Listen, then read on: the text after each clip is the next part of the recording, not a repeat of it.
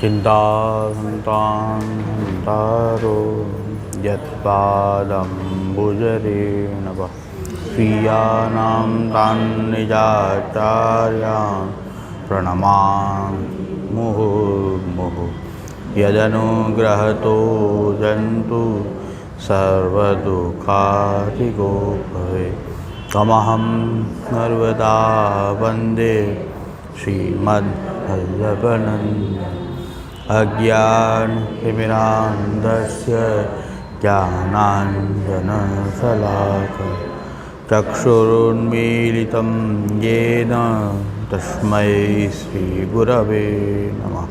नमामि हृदये शेषलीलाक्षिराब्धिशायिनं लक्ष्मीसहस्रलीलाभिः दिव्यमानं कलानिधिं चतुर्भिश्च श्रीभिश्च षड्भैर्विराजते योऽसौ पंचधा हृदये।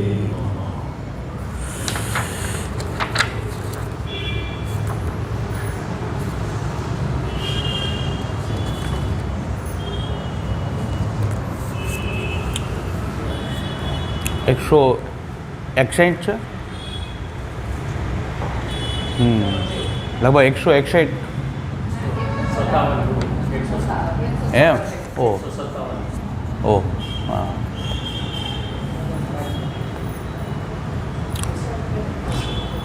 અવાંતરાણામ વાક્યાનામ સ્મારકત્વમ તથા પરે વાક્યમ એકમ હરિશ્ચેકો વેદ વાક્યાર્થ રૂપધ્રક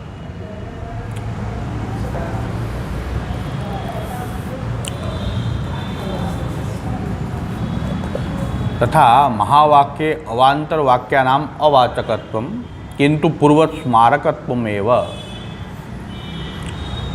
एक महावाक्य होय तो આપણે તેને પેરેગ્રાફ કહી શકીએ અથવા એક મોટું પુસ્તક કહી શકો વાક્ય, પણ એની અંદર જે આવતા જે વાક્યો જે છે, જેમ કે એક પેરેગ્રાફની અંદર આવતા જે વાક્યો જે છે એ બધા અવાંતર વાક્યો છે।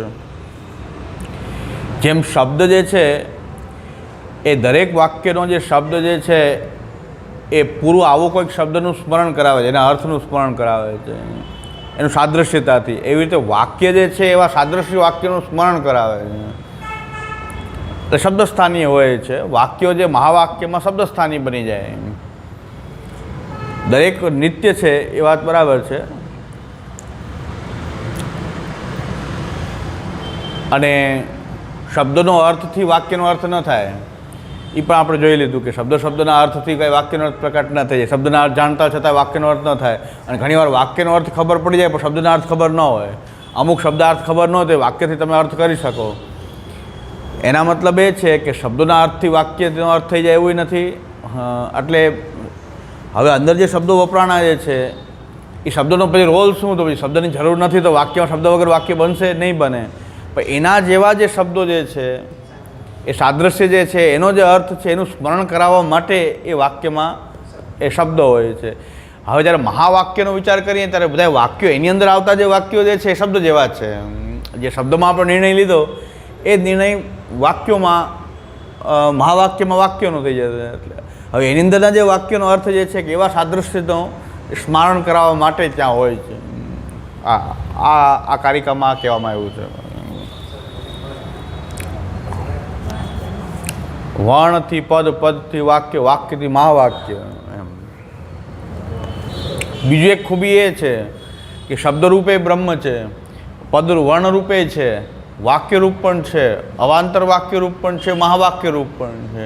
હવે એમ કહેવાય કે આ તો બધા અંશ થઈ ગયા, તો ભગવાન ત્યાં સુધી આ બધામાં અપૂર્ણ છે અને મહાવાક્યમાં પૂર્ણ છે એવું નથી, બધે જ પૂર્ણ છે, બધે બ્રહ્માત્મકતા એની સરખી જ છે, સર્વ રીતે પ્રકટ થાય છે। પૂર્ણસ્ય પૂર્ણમાદાય પૂર્ણમેવા અવશિષ્યતે, બધે પૂર્ણ જ છે।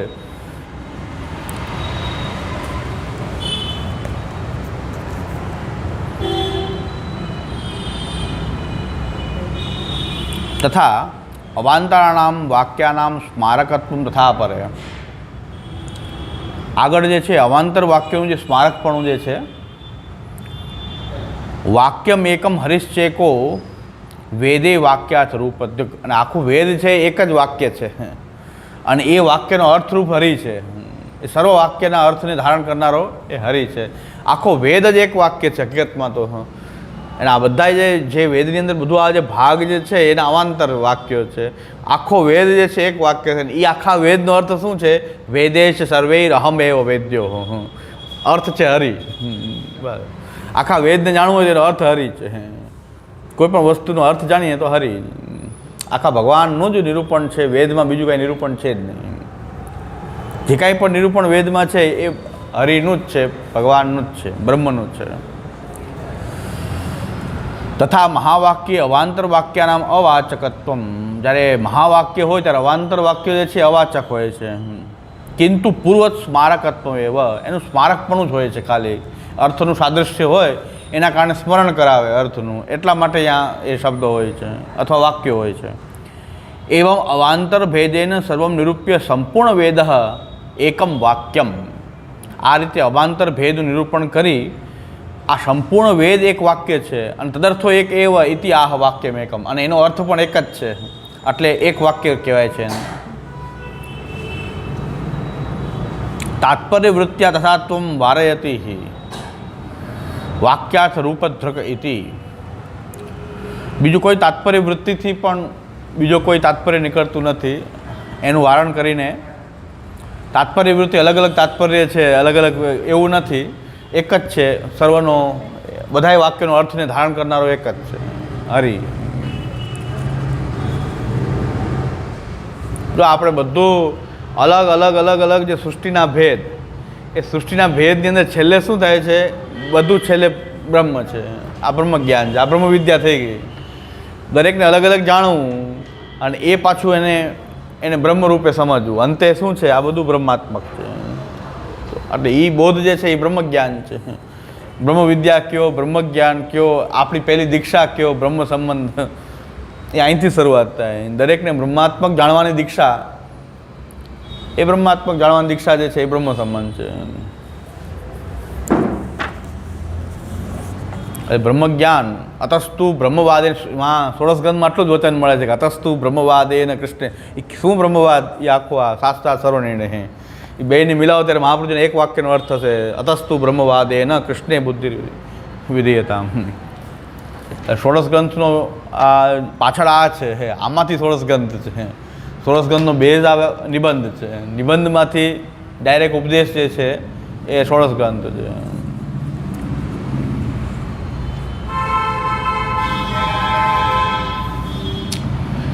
અવાંતરેષુ ચ તથા પદે વર્ણે તથૈવ ચ તયોપી વેદિકા ભિન્ના નાના ધર્મયુતા તથા. અવાંતરેષુ તથા પદે વર્ણે તથૈવ ચ. અવાંતરેષુ ચ તથા પદે વર્ણે તથૈવ ચ. અવાંતર વાક્યો પછી પદ વર્ણ એ બધું જ હરિરૂપ છે. તયોપી વેદિકા ભિન્ના. વૈદિક પદ, વર્ણ પદ અને વાક્ય, વૈદિક અને લૌકિક બે ભિન્ન છે. કારણ કે એના ધર્મ જુદા છે. નાના ધર્મ યુતા થતા. વૈદિક ધર્મ શબ્દો જે છે એ અનેક ધર્મવાળા છે. લોકમાં એ પ્રકારે નથી. લોકમાં શું છે? શક્તિ સંકોચ કરવો પડે છે વ્યવહાર ચલાવવા માટે. અને વિસ્તૃત રૂપમાં જુઓ તો વસ્તુ તો એ પણ હરિરૂપ જ છે, પણ ત્યાં શક્તિ સંકોચથી વ્યવહારિક અર્થ થાય છે. વ્યવહાર ચલાવવા માટે ત્યાં શક્તિનો સંકોચ કરવામાં આવે કે ઘડાને પેલી ઘડો જ કહેવાય, પછી બ્રહ્મને હરિ ન કહેવાય. ઘડાનો વ્યવહાર ઘડા સાથે ખુરશી જ કહેવાશે ને બ્રહ્મ નહીં કહેવાય. એ શક્તિ સંકોચ કરીને એનો અર્થ ખુરશી, તો જ વ્યવહાર ચાલે, નહીં તો વ્યવહાર ચાલે જ નહીં. તો વ્યવહાર ચાલી જ ન શકે જો બધામાં બ્રહ્મ અર્થ બધાનો કાઢો. એટલે લોકમાં આટલો ભેદ હોય છે ને વેદમાં તો ડાયરેક્ટલી હરિનું જ નિરૂપણ છે. વૈદિક શબ્દો તો ડાયરેક્ટ હરિનું નિરૂપણ કરનારા છે. અને લૌકિક જે છે એમાં શક્તિ સંકોચથી વ્યવહારિક અર્થ થાય અને પછી શક્તિ સંકોચ ન કરો તો વસ્તુ એ બ્રહ્માત્મક છે. આટલો ભેદ રહે છે. વૈદિક ધર્મ, વૈદિક વર્ણો જે છે એની અંદર ઉદ્દાત, અનુદાત, સ્વરિત આદિ જે સ્વરો જે છે એનો પ્રયોગ હોય છે. લોકમાં એવું કંઈ હોતું નથી. ઉદ્દાત, અનુદાત, સ્વરિત. એટલે ક્યાં ઊંચું લેવું, ક્યાં મધ્યમ ગતિ રાખવી, ક્યાં નીચે લેવું. આ ઉદ્દાત, અનુદાત અને સ્વરિત એ ત્રણ પ્રકાર વેદમાં હોય છે. એ વૈદિક શબ્દોમાં હોય છે. લૌકિક શબ્દોમાં હે એવું કંઈ હોતું નથી. ઉદાત અનુદાત સ્વરિતથી કાંઈ લૌકિક વૈદિક શબ્દોનો કાંઈ અર્થ કંઈ ફરે નહીં. આપણે એ રીતે બોલવાની પદ્ધતિ નથી. વેદમાં તો ઉદાત અનુદાત અને સ્વરિત વિના વૈદિક મંત્રો બોલાતા જ નથી. એના સ્વર વગર બોલાતા જ નથી. સ્વર વગરના મંત્ર બોલવા એ દોષરૂપ છે. એટલે હરિહી વેદમાં બોલાશે આરિહી આરિહી, અનુદાત સ્વર પ્રયોગ કર્યો. હરિ આપણે કે હરિ કે અનુદાત નીચે જવાનું. આરિહી ઓમ હારિહી ઓમ આરિહી એમ. હા એ હનો નીચે ઉચ્ચાર કરે. અનુદાત સ્વર એ સ્વર વગર હરિ ન બોલાય. અહીંયા વેદમાં હરિ એમ નહીં બોલાય. હારિહી ઓમ. તો ક્યાં નીચે લેવું ક્યાં ઉપર લેવું અનુદાત અનુદાત સ્વરિતના ભેદથી ત્યાં નહીં એના સ્વર લાગ્યો. નીચે અનુદાત એક સ્વર નીચે સ્વર. અમે આમ કરે એટલે એ અનુદાત થાય. ઉદાત આમ સ્વરિત મધ્યમ ગતિથી ચલાવે. હા આમ. હા વિદ્યા વિદ્યા સંધિ પ્રવચન ગુસંધાનમ એમ ધનિચ સંધાનમ ઇત્યાદિ વિદ્યમ એમ. એટલે વૈદિકમાં બધા વૈદિક શબ્દ આ રીતે બોલાય છે. ક્યાંક ડબલ માત્રિક હોય ક્યાંક લંબાવવાનું હોય એ વેદની એક પદ્ધતિ પ્રમાણે જ થશે. વેદમાં આડોળું નહીં બોલાય. આ લોકો અત્યારે કર્મકાંડમાં જે બોલતા છે ને હકીકતમાં એમ બોલાતું નથી, પણ હવે ઝડપ કરવા માટે બોલીએ છીએ. ઝડપ કરવા માટે ફટાફટ બોલતા હોય ને. ગણાનંદ ગણપતિ ગુહા અમે કહ્યું કવિ ના વસો ચાલો પાણી મૂકવા આમ કરો એમ કરો. એ તો પૂરું કેમ કરવું એના માટે છે. હકીકતમાં તો એમ બોલાય જ નહીં. એ દોષ જ છે. વેદમાં સ્વર વગર બોલવું દોષ છે. સ્વરથી કરે તો કર્મકાંડ બહુ લાંબુ થઈ જાય. તો શું કરે ભાઈ આ રીતે જ ચલાવે એમ. એટલે નાના ધર્મયુક્તા મહાપુરુષ જેને કહે છે નાના વૈદિક શબ્દો આ રીતે અલગ અલગ ધર્મયુક્ત છે. ઉદાત અનુદાત સ્વરિત ઘણા ભેદ આગળ પણ છે. તો આપણને ખ્યાલ પણ નથી.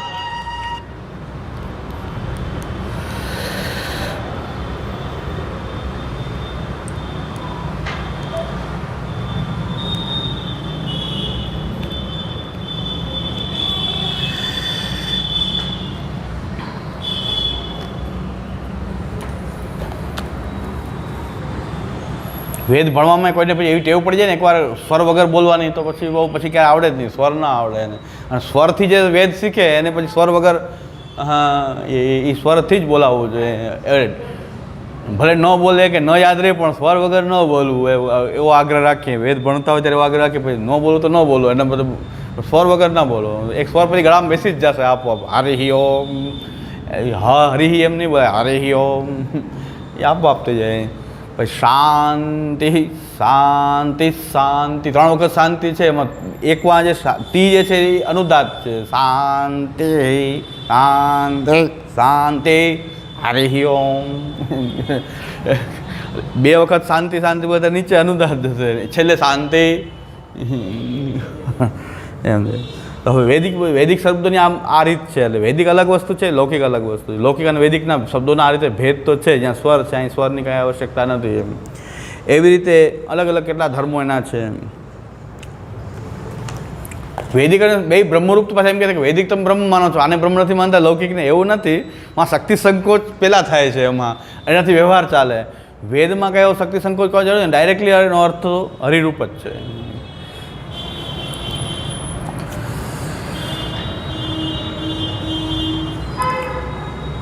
તથા અવાંતર વાક્ય શું અવાંતર વાક્યાર્થ રૂપદ્રિક. અવાંતર વાક્ય અંદર અવાંત વાક્યાર્થ રૂપ પણ હરિ જ છે. એવા ઉત્તરત્ર આપી એવી આગળ પણ એવી રીતે દરેકનો અર્થ પાછો અવાંતર વાક્યો હરિરૂપ નથી એમ ના કહી શકાય. આખો મહાવાક્યનો અર્થ હરિ તો અવાંતર વાક્યનો હરિ અર્થ નથી એમ ના કહી શકાય. એવમ ઉત્તરત્ર આપી ઇદાનીમ લૌકિક વૈદિક યો વર્ણાદિનામ વૈજાત્ય માહ. આ રીતે લૌકિક અને વૈદિક વર્ણોનું વૈજાત્ય છે. 2 અલગ અલગ છે. ત્રયોપી વેદિકા ભિન્ના. ત્રયો એટલે વર્ણ પદ અને વાક્ય વેદમાં ભિન્ન છે. કારણ કે ઉદ્દાત આદિ ધર્મ યોગાત ઉદ્દાત અનુદાત આદિ ધર્મના યોગથી લૌકિક વ્યવહાર વર્ણાદિભ્યો વૈદિકા ભિન્ના. જો મહાપ્રભુએ શબ્દ વાપર્યો છે લૌકિક વ્યવહાર વર્ણાદિભ્યો. અહીં વ્યવહાર ચલાવવા માટે ઘડાને આપણે કે હરી લાવો એમ થોડું કહેશું, આપણે ઘડો લાવો એમ જ કહેવું પડશે, લોટી લાવો, ચમચી લાવો, આપણે કહીને હરી લાવો. અમે દરેકનો અર્થનો હરી જ છે ને. તો જમવા બેઠા લોટી લાવો હરી લાવો, બહુ તો શું હરી બધા એમાં હરિયત તો વ્યવહાર નહીં ચાલે. આમાં તો બધી જગ્યાએ હરી બોલે તો વ્યવહાર નહીં ચાલે.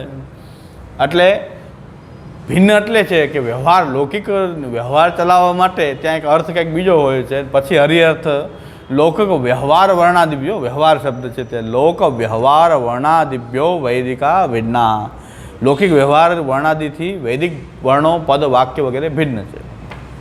ક્વચિત કાવ્યાદો વૈદિક તુલ્યતા ભાસતે તથાપિ ન વેદત્વમિતિ આહા સાદૃશ્યેપી ન વેદત્વમિતિ. કે હવે કાવ્ય વગેરે પણ વૈદિક તુલ્ય લાગતા હોય, કાવ્ય વગેરે પણ વેદ જેવા જ લાગતા હોય, તથાપિ ન વેદત્વમ, પણ એનું વેદરૂપતા તો નથી જ. જેમ કે રામાયણ મહાકાવ્ય છે પણ એને વેદ તુલ્ય તો નહીં જ ગણાય ને, વેદ જેવું તો નહીં જ ગણાય. રામાયણ પણ મહાકાવ્ય છે પણ વેદ તુલ્ય ન માની શકાય, વેદ જેવું કોઈને ન માની શકાય. નહીં તો પછી અલગ કેમ છે કાવ્ય? કાલિદાસ વગેરેના કાવ્યની તો વાત જવા દો, પણ રામાયણ વગેરે કાવ્ય પણ વૈદિક તુલ્ય તો નથી જ ને. ક્વચિત કાવ્યાદો વૈદિક તુલ્યતા ભાસતે, કાવ્યાદિની પર કંઈક વૈદિક તુલ્યતા જો ભાષિત થતી હોય, કાવ્યના જે વર્ણો જે છે એ પછી વેદમાં પણ એ જ વર્ણ આવતા છતાંય અલગ છે. લોકમાં જે શબ્દ જે છે એ જ શબ્દ પાછો વેદમાં પણ આવતો હોય તો વેદનો શબ્દ આ શબ્દને એક ન ગણી શકાય, અલગ ગણી શકાય, બે અલગ છે. એનું વેદત્વ નથી. જેમ કે હરિ શબ્દ વેદમાં છે તો એ વેદરૂપપણું છે, હરિ શબ્દ પાછો આપણે વાપરીએ તો એની વેદ તુલ્યતા નહીં કહેવાય. સાદૃશ્ય હોવા છતાં પણ વેદ તુલ્યતા તો નહીં કહેવાય. એ જ પાછું ભગવાન નામના રૂપમાં ઉપયોગ કરીએ તો પાછી મંત્રરૂપ થઈ ગયું. હરિનો શબ્દ હરિભાઈ માટે હરિ વાપરતા હોય તો એની હવે એ શબ્દ પાછું વેદમાં છે તો વેદમાં એનો અર્થ હરિભાઈ નથી. ત્યાં અહીંયા હરિનો અર્થ તો એ શબ્દ પાછો વેદમાં પણ છે, એ લોકમાં પણ એ શબ્દ છે, છતાં એ બે શબ્દનો અર્થ અલગ છે. પણ જ્યારે એ ભગવાન નામ માટે ઉપયોગ કરીએ હરિ તો પછી મંત્ર તુલ્ય, પછી એને મંત્ર કહેવાય. ભગવાનનું નોંધાય નામ જે છે મંત્રરૂપ છે તો પછી વૈદિક મંત્ર તુલ્યતા થઈ ગઈ, પછી એની તો તુલ્યતા થઈ ગઈ. બાકી જે એની સેમ શબ્દ તમે કાવ્યમાં વાપરો છે કે લોકમાં વાપરો છે તો એને વેદ તુલ્ય માની શકાય કે આ વૈદિક શબ્દ છે, અહીં વાપરો એટલે વેદ જ છે? ના, એવું નથી. વાપરી શકે, કોઈ શબ્દ આવી શકે, સમાન હોઈ શકે, પણ છતાં પણ એ વેદ તુલ્યતા તો એની નથી. વેદમાં હોય ત્યારે જ એ વેદ તુલ્ય છે. સામુદાય કથા નથી કહેતા કે એક અંગ્રેજ જે છે એ અંગ્રેજ જે છે એને ગાયત્રી મંત્ર જાણવો હતો. તો એ જજ જે છે એ પારસી હતા, એણે પંડિતને બોલાવ્યા કે ગાયત્રી મંત્ર તમે મારે જાણવો છે. કે અમે ગાયત્રી મંત્ર કોઈને બ્રાહ્મણ અમે તમે લે જ છો, તમને ગાયત્રી મંત્ર અમે ન બતાવી શકીએ, અમારો દીક્ષા મંત્ર છે, અમારો જપવાનો મંત્ર છે, એ તો હું નહીં બતાવું, ગમે એ કરો, એ નહીં બતાવું. સંસ્કૃત શીખવાડતા, ભણાવતા, જજને સંસ્કૃત ભણાવતા, પણ કે આ મંત્ર નહીં શીખવાડું હું. એ કે કાંઈ નહીં. પછી એણે બધું ગોતીને ગમે એમ કરીને રિસર્ચ કરીને ગાયત્રી મંત્ર શીખી લીધો. પછી એ જે પંડિત હતા એ કે કોર્ટમાં જુબાની માટે કે આવ્યા હતા, એને કીધું કે આજ તમે ગાયત્રી મંત્ર ના પાડતા ને આજ છે ને જો હું બોલી દઉં, તો એ ના પડે કે નહીં આ ગાયત્રી મંત્ર નથી, શબ્દ સમાન છે પણ મંત્ર નથી. કેમ મંત્ર નથી? કે એની દીક્ષા લઉં, ઉપવિધ ધારણ કરું અને હું મારા પાઠ વખતે, પૂજન વખતે કે એ મંત્રનો જપ વખતે હું એનો જપ કરું ત્યારે આ શબ્દો હું બોલું ને તો મંત્ર છે. બાકી તમે બોલો એ મંત્ર નથી, એ ધ્વનિ સમાન છે પણ મંત્ર નથી. હજી તમે મંત્ર શીખ્યા જ નથી. એમ કે આને આ વસ્તુ છે ના કેમ પાડે? એટલે ના પાડે કે અનુષ્ઠાનમાં ઉપયોગ કરીએ, જપવા માટે કરીએ ત્યારે જે મંત્ર છે, બાકી તમે બોલો છો એ મંત્ર નથી. ધ્વનિ સમાન છે, વર્ણ સમાન છે, ઉચ્ચારણ તમારું સમાન છે પણ એ મંત્ર નથી.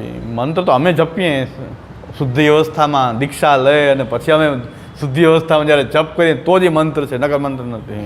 આ આપણી ડિસિપ્લિન છે કે એની વસ્તુ કદાચ કોઈક જાણી લે તો કંઈ મંત્ર થોડો થઈ જાય.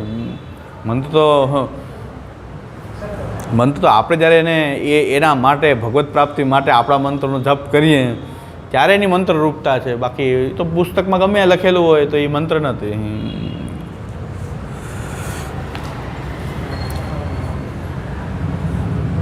એટલે બધું ઘણી પુષ્ટિ માર્ગ જેવું હોય પુષ્ટિ માર્ગ નથી. પુષ્ટિ માર્ગ તમે એને કંઈક જે મહાપ્રભુ સિદ્ધાંત પ્રમાણે ચાલતો હોય, બાકી બધે પુષ્ટિ માર્ગ નામ લખ્યું હોય, વલ્લભાચાર્યજી નામ લખ્યું એટલે વલ્લભાચાર્યજી ન થઈ જાય. એ તો જ્યારે મહાપ્રભુ સિદ્ધાંત અનુસાર જ હોય તો જ અમે એને વલ્લભાચાર્યજીનું કે પુષ્ટિ માર્ગ એ માનીએ. ઘણા કે આ તમારો ધર્મ આમ કે અમારો એ નહીં, અમારો કંઈક જુદો છે.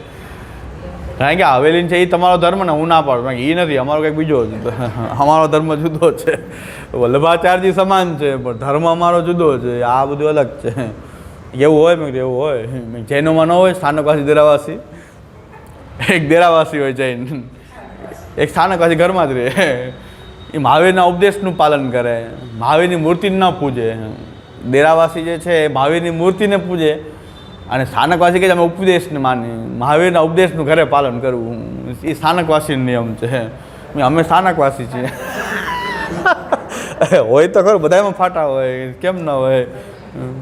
ક્રિશ્ચનોમાં 40-42 પ્રકારના ક્રિશ્ચનોના ફાટા છે, 40-42 છે. મુસલમાનોમાં 70 ઉપર ફાટા છે મુસલમાન લોકોના, એક નથી. એની ઈદે અલગ અલગ આવે. મુસલમાનોની ઘણાની ઈદો અલગ અલગ આવે, ખોજાની મહેમાનની ને એ બધા અલગ. સુન્ની શિયા 70-72 પ્રકાર છે એ લોકોમાં. હા, એક નથી, 70-72 પ્રકારના મુસલમાન છે. એમ આપણને કોઈ એમ કે તમારું આમ અમારું એ નથી, અમારું બીજું છે, કંઈક જુદું છે. કારણ કે અમે જે મહાપ્રભુજી જે આજ્ઞા કરી હોય એ પ્રકારનું હોય એને પુષ્ટિ માર્ગી અમે ગણીએ. આટલા બધા વૈષ્ણવ છે, વૈષ્ણવ બહુ ઓછા છે પુષ્ટિ માર્ગી. આપણે જે રાફડો ફાઇટર છે પુષ્ટિ માર્ગી નથી. મહાપ્રભુજીના ગ્રંથને વફાદાર રહીને ભણતા હોય એ પુષ્ટિ માર્ગી, સેવા કરતા હોય મહાપ્રભુજીની આજ્ઞા અનુસાર અને મહાપ્રભુજીની આજ્ઞા અનુસાર મહાપ્રભુજીની વાણીમાં વિશ્વાસ ધરાવતા એટલા જ પુષ્ટિ માર્ગી છે. બાકી આટલા બધા પુષ્ટિ માર્ગી હોય નહીં. ખાવા પીવાની વ્યવસ્થા હોય, બધા ભેગા થઈ જાય, એમાં શું હોય, તો એમાં પુષ્ટિ માર્ગ હોવું થોડું જરૂરી છે. અને હવે આપણી પરીક્ષા આપણે થાય કે મહાપ્રભુજીના ગ્રંથોને જે વફાદાર રહેતા હોય, એના પ્રત્યે નિષ્ઠા હોય અને આચરણમાં મૂકતા હોય, એ સાચા વૈષ્ણવ કહેવાય પુષ્ટિ માર્ગી. બાકી પુષ્ટિ માર્ગ એટલા બધા થોડા થઈ જાય પુષ્ટિ માર્ગી. મહાપ્રભુજીના વખતમાં નથી એટલા બધા, અત્યારે કેમ થઈ ગયા એટલા બધા, એ વખતમાં નહોતા તો અત્યારે એટલા બધા કેમ થાય. એટલે એવું છે. અને જ્યાં જ્યાં હું જાઉં છું સિદ્ધાંતવાળાની સંખ્યા 10, 20, 50, 10, 20, 30, 40 અને એ વધતા નથી. 20 વર્ષથી આપણો સત્સંગ ચાલતો હોય ને એટલા જ રહીએ. કારણ કે નવા આવ્યા હોય, અમુક નવા જૂના નીકળી ગયા, અમુક નવા આવી જાય, એવું થયા કરે. પણ 10, 20, 25 સંખ્યા રહે. એટલે એટલા પુષ્ટિ માર્ગી હોય. જયપુરની અંદર એક લાખ વૈષ્ણવ છે જયપુરમાં. જ્યાં સોળસગંજના ક્લાસ ચાલે લગભગ 24-25 પુષ્ટિ માર્ગી આપણા મંદિર છે ત્યાં જયપુરમાં. 24 મંદિર છે. અને ગ્રંથ ભણવાવાળા 10 થી 20 જણા છે. 20 જણા છે. જ્યાં 20 વર્ષથી 25 વર્ષથી ભણે છે બધા, એવા 20 જણા માંડ છે.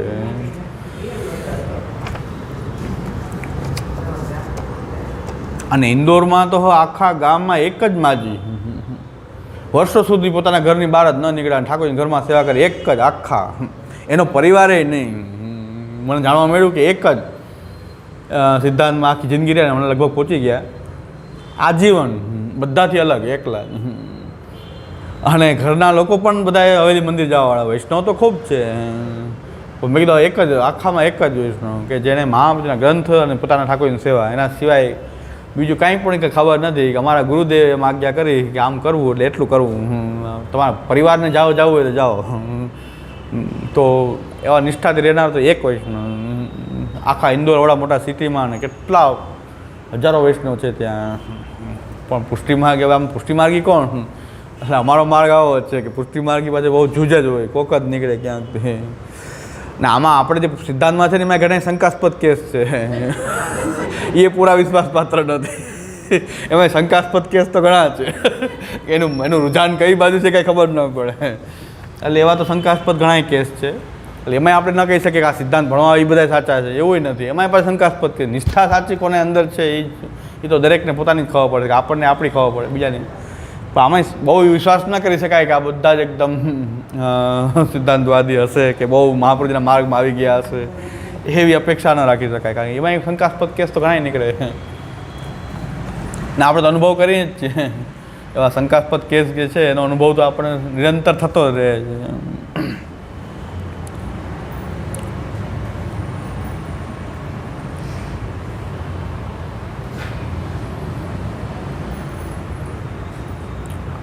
સાદૃશ્યેપી ન વેદત્વમ તાદક વાક્ય તત્વન્યતઃ અધિકારી વિભેદેન ધર્માધર્મો તથા મતે.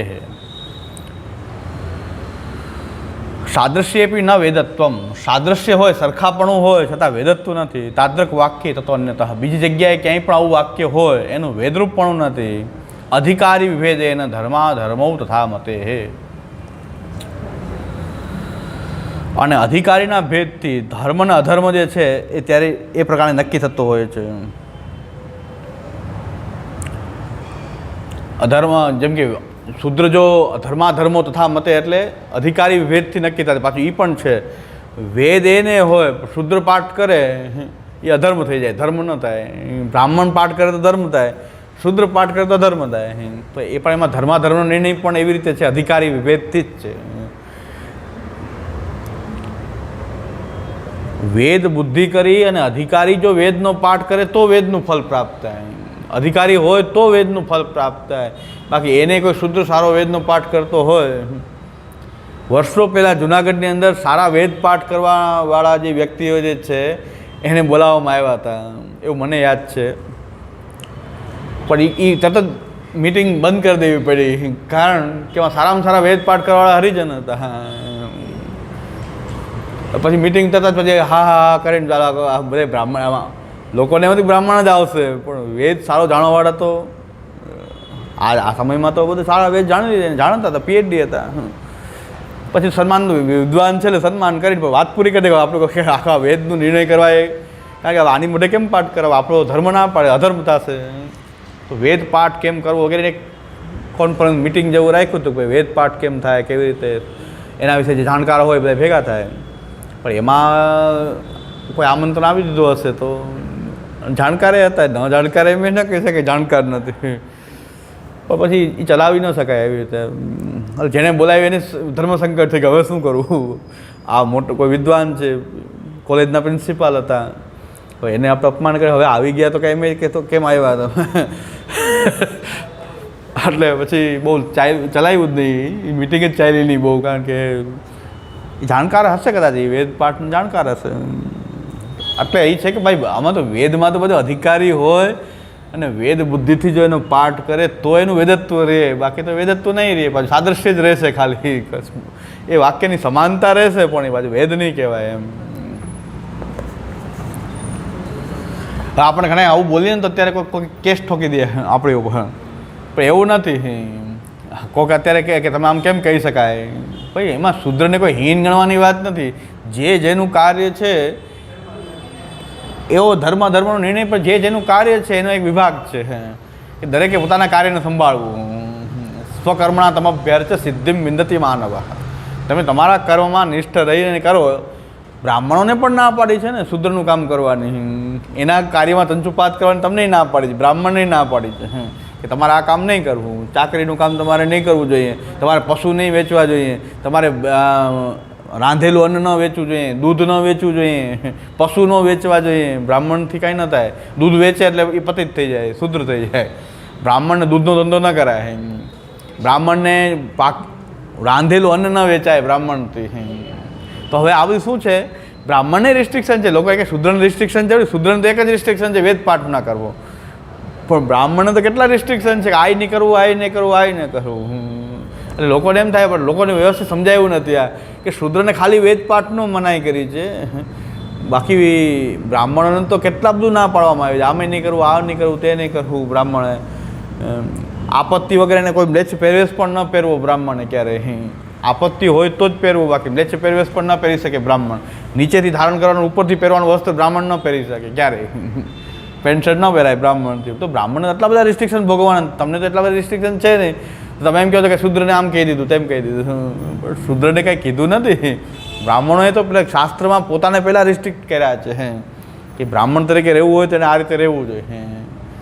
તો બ્રાહ્મણથી ઊંટ ઉપર ન બેસાય, બ્રાહ્મણથી ગધેડા ઉપર ન બેસાય. ઊંટ ઉપર બ્રાહ્મણથી ન બેસી શકાય, કારણ કે એ ગુરુ છે, એને ગુરુની છાજે એવી ગરિમાથી રહેવું જોઈએ. બ્રાહ્મણને ગુરુ માન્યો જ બધાએ. તો બ્રાહ્મણ જ્યાં બેસી શકાય તો ત્યાં જ બેસવું જોઈએ. લે આ ઊંટની સવારી બ્રાહ્મણને મનાઈ કરી છે કે તે નહીં કરવી જોઈએ. ઊંટની સવારી બ્રાહ્મણ ન કરી શકે. આ પુષ્ટિ માર્ગીઓએ કંઈક આ લોકો એવું ચલાવી દીધું, ઊંટની સવારી કરી એટલે બ્રહ્મસંબંધ જાય.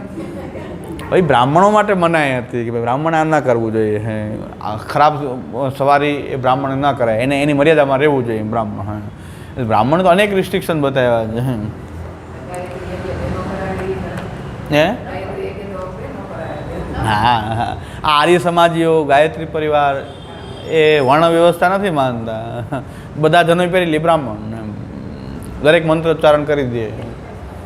આર્ય સમાજી અને આ ગાયત્રી પરિવાર એ લોકો વર્ણ વ્યવસ્થા નથી માનતા. યજ્ઞ કરાવવાળા કે બ્રાહ્મણો એવું જરૂરી નથી, એ લોકો એમાં બ્રાહ્મણ ન હોય, એ બધા હોય, જે પણ હોય ચાલે એમાં. તો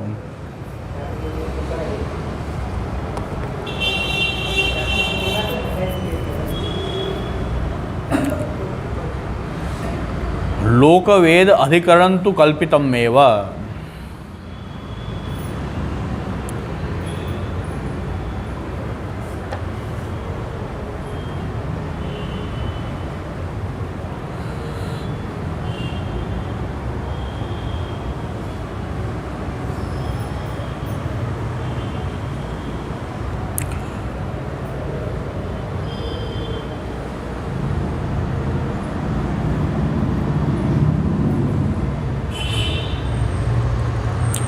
લોકવેદનું બી અધિકરણ જે છે એ અલગ અલગ બનાવવામાં આવ્યું છે. કલ્પિતમેવ જૈમિનીના અનુક્તત્વાદ. જૈમિનીએ બે ભેદ જે છે એના વચ્ચે કોઈ ભેદ નથી, લૌકિક અને વૈદિક વચ્ચે, એવું જૈમિનીએ કહ્યું નથી. પાછળથી મીમાંસકોએ અમુક મીમાંસકોએ કોઈ કીધું હોય, પણ જૈમિની ઋષિએ ક્યાંય પણ લોક અને વેદના શબ્દો એક જ છે એવો અભેદ જૈમિની દ્વારા પણ કહેવાયેલો નથી. અનુક્તત્વાદ લૌકિકા નામ વૈદિકા નામ તો ઇતિ ભાષ્યાત. અને બ્રહ્મસૂત્ર ભાષ્યમાં પણ લૌકિક અને વૈદિક શબ્દોનું અલગ અલગ નિરૂપણ બતાવેલું છે. મયડ વૈતયો ભાષાયામ, પાણીની સૂત્ર પણ અલગ છે. દ્વયશ્ચ છંદસી, પાણીની સૂત્ર. સર્વત્ર વિભાષા ગોહો, આ બધા પાણીની સૂત્ર છે. ઇત્યાદિ સૂત્રકરણાચ છંદસી ચ લોકવેદયો પૃથક નિરૂપણાત. અને છંદો પણ લોકના અને વેદના અલગ છે. શબ્દોનું વ્યાકરણમાં પણ એ બેને અલગ અલગ બતાવ્યું છે. અતઃ સાદૃશ્યેપી ન વેદત્વમ, એટલે સમાન લાગતું હોય છતાં પણ વેદરૂપતા નથી. લોક અને વેદને બે શબ્દો અભેદ છે એવું ક્યાંય કહેવામાં આવ્યું નથી. પાણીની પણ નથી કહેતા, જૈમિની પણ નથી કહેતા, બાદરાયણ વ્યાસ પણ નથી કહેતા કે બે એક છે, કારણ કે સૂત્રો અલગ અલગ રચાણા છે. છંદો પણ અલગ અલગ છે, લૌકિક છંદ અને વૈદિક છંદ બે અલગ અલગ છે. એટલે સમાનતા હોવા છતાં પણ એની વેદરૂપતા તો નથી. શુદ્રાદિનામ વેદ બુદ્ધ્યા તથા પાઠ એવ દોષ. વેદ બુદ્ધિથી એનો પાઠ કરવો શુદ્રો માટે એ દોષરૂપ છે.